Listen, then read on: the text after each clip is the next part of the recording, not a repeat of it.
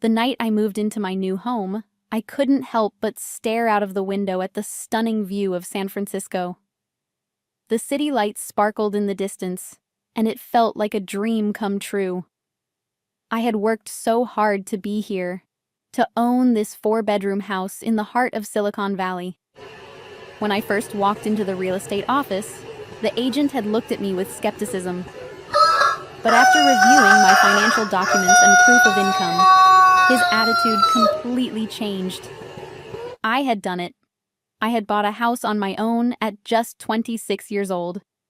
My name is Isabella Wang, and I'm a software engineer in Silicon Valley. I graduated 4 years ago with a degree in computer science from a prestigious university.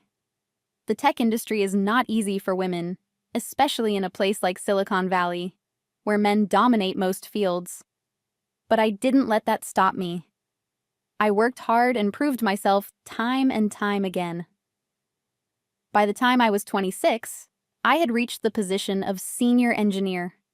While my peers spent money on expensive cars and apartments, I lived modestly, sharing housing with others and saving every penny. This house was my reward for all those years of hard work and saving. It was exactly what I had envisioned. The living room was spacious, with tall windows that let in so much light. The kitchen had all the latest appliances. But the thing I loved the most was the master bedroom.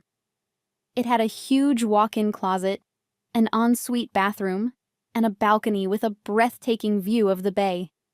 It felt like a dream. I had finally achieved something I had worked so hard for, something that represented my independence and success. But just when I thought I could relax, my phone rang. It was my mother. Her voice, which was usually firm and full of confidence, now sounded weak and urgent. "Isabella, we need to talk," she said. There was something in her tone that made my heart skip a beat. I immediately knew something was wrong. My parents had always been teachers. They weren't rich, but they were stable. Or at least, they used to be. My father had made some bad investments, and over the years, they had slowly drained their savings. Now, my mother told me they couldn't even afford to pay rent anymore. They were being asked to leave in 2 months. I could hear the sadness in her voice, and my heart sank. I had always known that my parents had struggled financially, but I never imagined it would get this bad. They were the ones who had always taken care of me, and now they needed me. I couldn't just turn my back on them. I didn't want to. After all, they were my family. "You can come live with me," I said before I even realized it. It wasn't planned, but it felt like the right thing to do. My parents, though, seemed relieved and grateful. They packed their bags and moved in quickly. When my parents arrived at my new home, I was surprised at how little they brought. They had sold most of their things to pay off debts, leaving behind only worn-out clothes and a few old photos.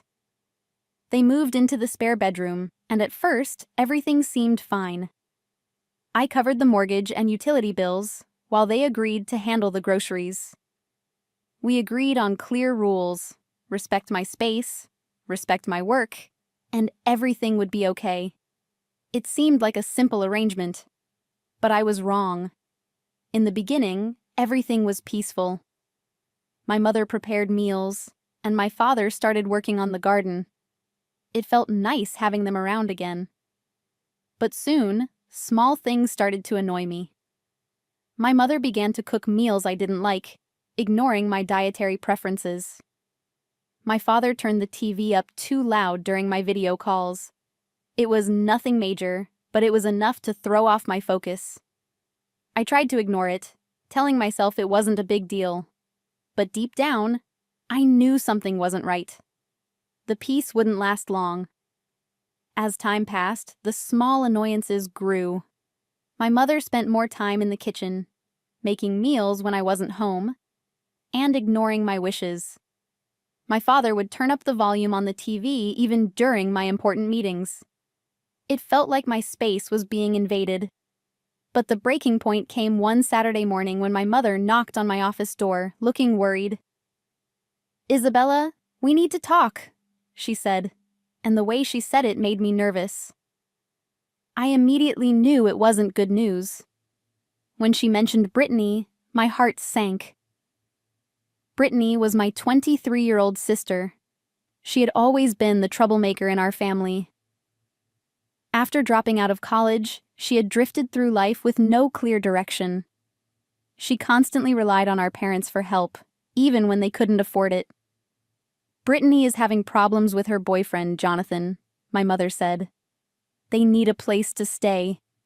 I felt my blood run cold. I knew this wasn't just about a place to crash. It was going to be another mess. "You're not planning to let her stay here, are you?" I asked, my voice shaking. But my mother's face told me everything I needed to know. It was already decided. Brittany and Jonathan were coming to stay, no questions asked. That evening they arrived at my house. I could tell right away that something wasn't right. Brittany, as usual, was dressed in a flashy, attention-grabbing way. And Jonathan, well, he looked like trouble. His unkempt beard and slovenly clothes were a stark contrast to everything I had worked so hard to build. My heart sank when I saw how much luggage they brought with them. This wasn't just a short visit. They were planning to stay, and I wasn't consulted at all. As Brittany and Jonathan settled in, I began to feel like a stranger in my own home. They started taking over more and more space. At first it was small things: Jonathan's gaming console in the living room, Brittany's makeup scattered across the kitchen counters. But then it got worse. They used my things without asking, and my parents didn't see anything wrong with it. "She's family," they kept saying. "It's just temporary." But it wasn't temporary. This was their home now, and I was the one being pushed out. After 2 weeks, my house didn't feel like mine anymore. Brittany and Jonathan had taken over every inch of the place. Jonathan spent his days playing loud video games, disturbing my meetings and focus.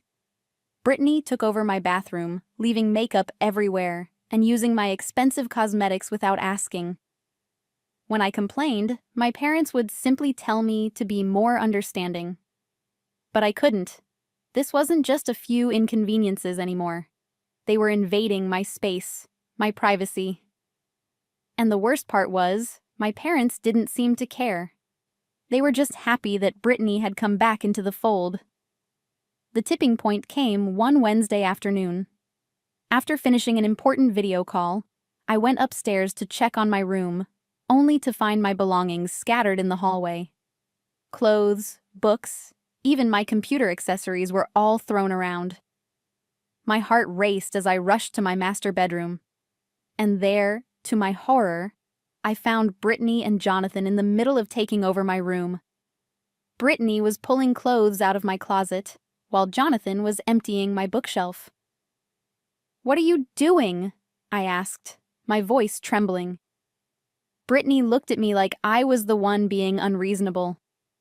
"We need this room," she said, like it was obvious. I rushed downstairs to find my mother, hoping for some explanation. But when I confronted her, she acted like nothing was wrong. "What is going on?" I demanded. My mother looked at me with an oddly calm expression. "Brittany and Jonathan need more space," she said. "You spend most of your time at the office. This house is big enough for all of us." That's when it hit me. This wasn't just about a room. They had planned this from the beginning. They wanted to take over my life, and I had allowed them to. I lay awake that night, staring at the ceiling in my office, trying to figure out how I was going to fix this. My home, the one I had worked so hard to buy, was being destroyed by my own family. They didn't respect me or my space. The next morning, I made a decision. I wasn't going to let them push me around anymore. I started researching how to evict squatters. I knew it wasn't going to be easy, but I couldn't allow my family to ruin everything I had built. I had to protect myself, my home, and my future. The next few days were filled with chaos. Brittany and Jonathan began packing their things, furious at the eviction notice I had given them. My parents, however, acted like nothing had changed. They were too afraid to confront me directly. I knew the road ahead would be hard, but I had made up my mind. I had taken a stand. It wasn't just about a room anymore. It was about protecting my life, my future, and my rights. And even though the emotional toll was heavy, I knew that it was the right thing to do. There was no turning back now.